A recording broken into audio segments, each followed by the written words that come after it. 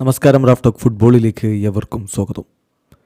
Barcelona ഇന്നലെ Borussia ഡോട്ട്മുണ്ടിനെതിരെ 3-2 വിജയിച്ച് കയറിക്കൊണ്ട് UEFA champions ലീഗിൽ 2ാം സ്ഥാനത്തേക്ക് ഉയർന്നെങ്കിലും ആരാധകർക്ക് ഒരു ചെറിയ ആശങ്കയുണ്ടാക്കിയത് റാഫിഞ്ഞയുടെ പരിക്കാണ്. റാഫിഞ്ഞയ്ക്ക് പരിക്കുണ്ട് എന്ന തരത്തിൽ തന്നെയാണ് ആദ്യം വാർത്തകൾ വന്നെങ്കിലും ഇപ്പോൾ ആരാധകർക്ക് ആശ്വസിക്കാവുന്ന സൂചനകളാണ് വരുന്നത്.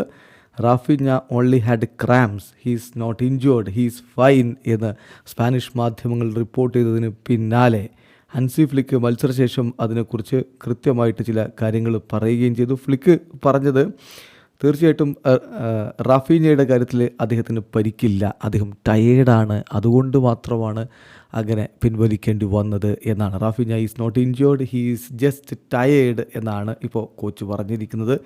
എന്തായാലും ഡോട്ട്മുണ്ടിനെതിരെയുള്ള മത്സരത്തെക്കുറിച്ച് അദ്ദേഹം പറയുന്നുണ്ട്. ഇത് നന്നായിട്ട് സഫർ ചെയ്യപ്പെട്ടൊരു മത്സരമാണ് എന്നെല്ലാവരും പറയുമെങ്കിലും സഫറിങ് അല്ല അതിൻ്റെ റൈറ്റ് വേർഡ്.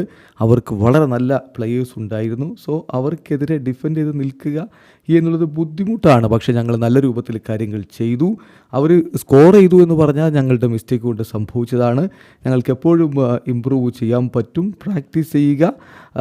ഏതായാലും ഇന്ന് ഞങ്ങളുടെ ടീം വിജയിച്ച് കയറി ഞാൻ എൻ്റെ കുട്ടികളെ അഭിനന്ദിക്കുകയാണ് എന്നുകൂടി കോച്ച് കൂട്ടിച്ചേർക്കുകയുണ്ടായി. ഇവിടെ അവസാനിക്കുന്നു. ഫുട്ബോൾ ലോകത്ത് കൂടുതൽ വിശേഷങ്ങളുമായി റാഫ് ടോക്സ് വീണ്ടും എത്താം.